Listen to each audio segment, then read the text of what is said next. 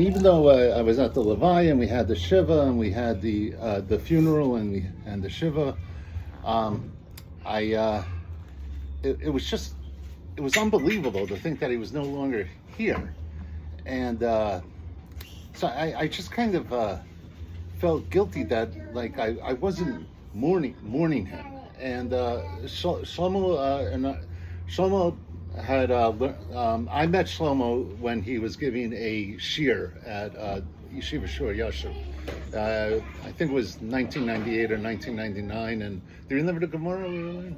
It was brachas, I believe. Yeah. And I asked Shlomo if he could learn with me, and we have been talking about it for a while. But when my father passed away, you offered to learn with me, and we dedicated the learning to my father as a merit from my father. And I was very honored, and the learning made me feel close to my dad. It's hard to explain how it did, but it made me feel bonded to him. I mean, not only that, but saying Kaddish and every mitzvah, every commandment I fulfilled. I felt that I was bringing my father along, and that he was sharing in the whatever merit there might be in my doing that. I know that like my mom said, I have to express my gratitude to the Berger family. Much more than a friend, the Bergers have been I don't even know a word, a benefactor. But beyond that, I remember like I mentioned, the first time I met him, I went to his class. Shlomo Berger was teaching a class on Talmud. And then at that time I was not working, I was unemployed, but I was taking an accounting course. And as it turned out, Shlomo and Mrs. Berger were both accountants. And when Shlomo heard that I was taking an accounting class, he offered to tutor me. And I think I went twice a week. And this was two places that they lived before they lived here. They lived on Roosevelt. What was it? Jarvis. And before that, no, that was two. And then before that, Jarvis. So it was on Jarvis. And before that, we lived with my parents for 6 months, and then by you for 6 months. And we survived. So. We survived.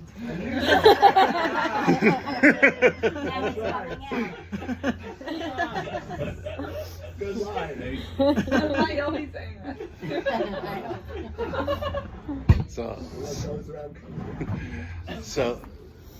I don't know how Shlomo did it, because I knew that he was extremely busy, and that's an understatement if ever was an understatement. Besides being a father and working full time and schlepping to New Jersey. I remember in the carpool you used to. I saw you once with three or four other people in the carpool, and you schlepped to New Jersey. All the people in the carpool were single, and at the time they each got married. So I was going to hire myself out to drive over singles. My wisdom and help with that. So I don't know how you did it, but you found the time to tutor me, among other things, in accounting. And I don't know how you squeezed that into your extremely busy schedule, but I will always be grateful for that. And I think also, in addition to that, I was attending your classes in Shur Yashuv. And also at that time, I started going very frequently to the Bergers for Shabbos meals. They never turned me down. Sometimes it was very frequently that I would come on Shabbos. Not only Shabbos, but the holidays, the Yom Tov also. And Shlomo was always. At that time, I went through a rough period where I went through a divorce, and Shlomo was always found the time to encourage me, to mechazik me on our many phone calls, and give me good advice as to how to handle the difficult situation. I remember when my second my second ex-wife and I split, and we split up for the first time, I faced the first Shabbos alone after being married, and it was just because of the situation. It was a very unpleasant prospect to spend that Shabbos alone, and somehow Shlomo and Mrs. Berger sensed my feelings, and you were going to Mrs. Berger's parents, and they invited me to come along. I'm sorry, I misspoke. I meant Mrs. Conaberger. He said it. I'm sorry. He said it okay. Oh, okay. Yeah. And that was in Muncie, and I remember going for walks with Shlomo, and it would have been an unbearable Shabbos, considering the emotional turmoil I was in at that time. And I can never thank you enough, because you made that Shabbos bearable. You helped me survive it. Then even I remember that Motzi Shabbos, you were going to drive back to Far Rockaway, and you didn't have enough room in your somehow you didn't have enough room in your car to include me. But the last thing I wanted to do was deal with schlepping on public transportation. And I remember at the time your children were very young at the time, but you rearranged the seating in your van or car at the time, and somehow you squeezed me in, and it just made it was so much more palatable than having to take public transportation at that time. Like my mother said, when my father had his accident, I don't want to repeat what my mom said because my mom said it so eloquently, but Shlomo, you came there and you said to Helen, and you said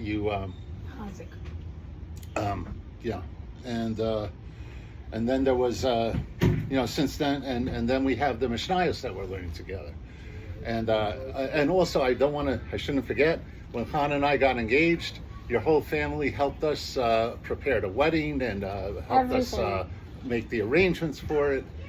Hosted me I owe you a time debt. after time. I owe the Berger family a debt that I can never repay in a million years. I'm not going to deny what was said. I think what was said was accurate. I'm going to trust you because my memory is anybody here can attest. I don't remember facts and details in years, and you can remember years and dates and months. But I'm going to not deny it, but I'm going to have an explanation to it. It's simple. There's one word.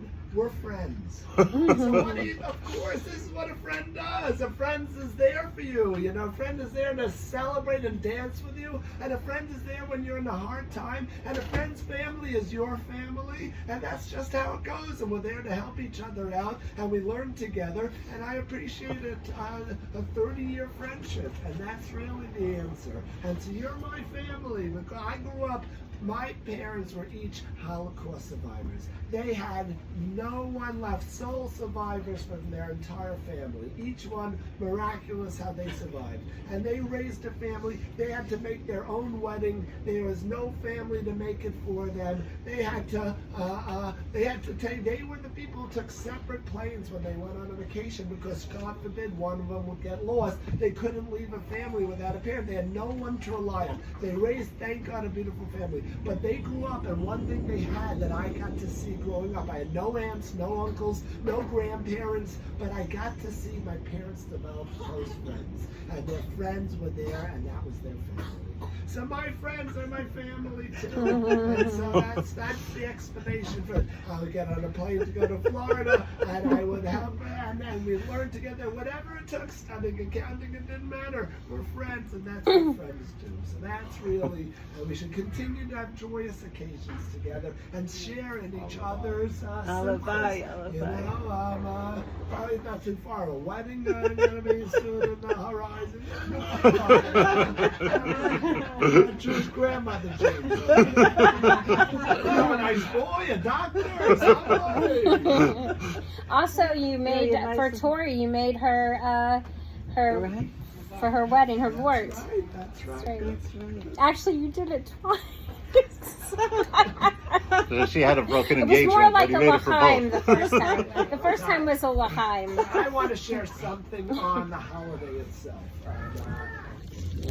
The Torah goes out of its way to tell you on this holiday that when we sit in the sukkah, that we should remember that God sat us in Sukkot when we came out of Egypt, and we went into the Midbar, and we went into the desert, and God sat us in and protected us. Some say it was physical huts like this, which in a desert is, a place of hard to survive. Others say they were miraculous clouds of glory that protected us. Debate either way. God says you can't forget it. This is something I want you to remember. So the question is as follows: all holidays are not commemorative. They're not commemorative of an event of long ago. The Rebbe Mislanim tells us that every year there's a cycle and a pattern that goes through the year, and the spiritual energy of that holiday is once again in that time. That's why Jews across the world, no matter where you find, celebrate the Passover Seder. It's spread far and wide. Why? Because that's when the Jewish people became our nation, and that's an identification of who we are. So therefore, we renew that identification every year. It's like a license that has to get renewed, but this has to get renewed every year. Comes along the next holiday, Shavuos. God gave us a gift. He gave us the Torah. He gave us, well, what are we doing in this world? What do I need to do? I don't know. Here's some guidance on what you need to do, what you need to help you fulfill your mission in this world. That all makes sense. That energy has a renewal every year.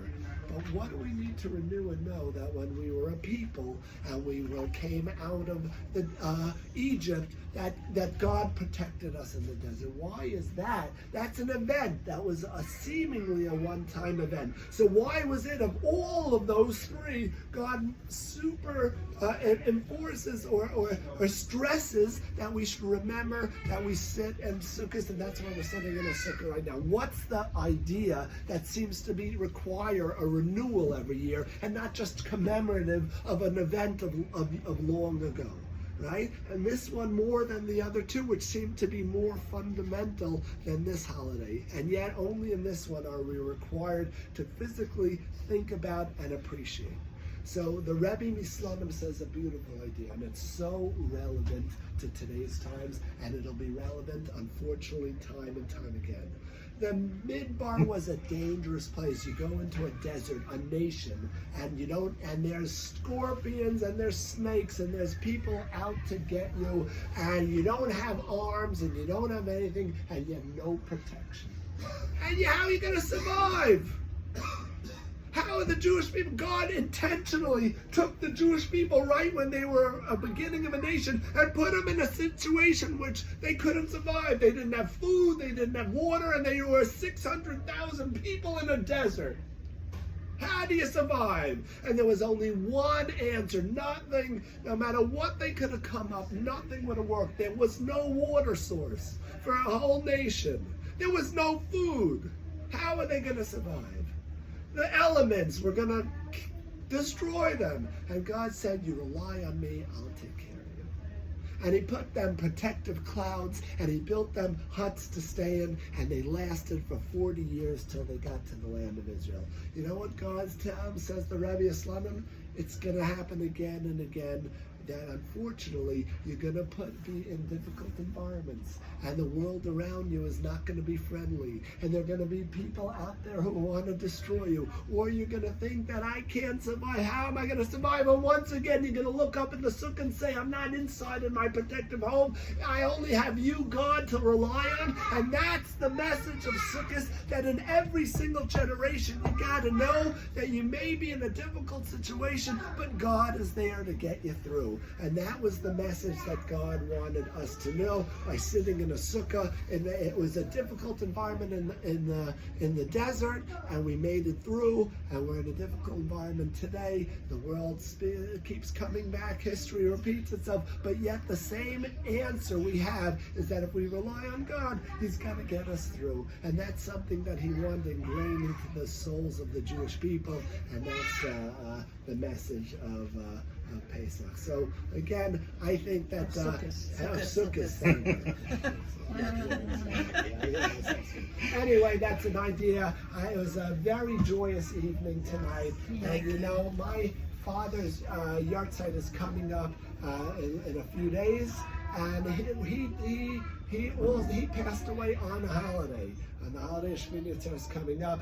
That was October 7th last year. It was literally, I was praying, I was leading the prayers in Jerusalem when we started hearing the sirens going off. And so it was a horrific day, and we didn't know what was going on. But you'll see, if you rely, ultimately God has a plan, and He'll get us through once again.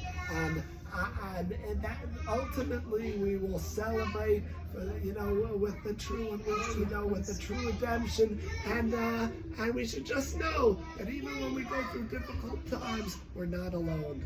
And that's comforting to us. And hopefully we get to have continued joyous occasions and celebrate the victories that we're all meant to have, as individually and as a Jewish people. That's beautiful. Not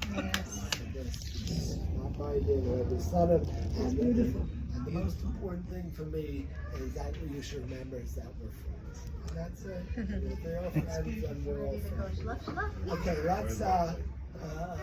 let's bench. Okay, I'll get those guys back.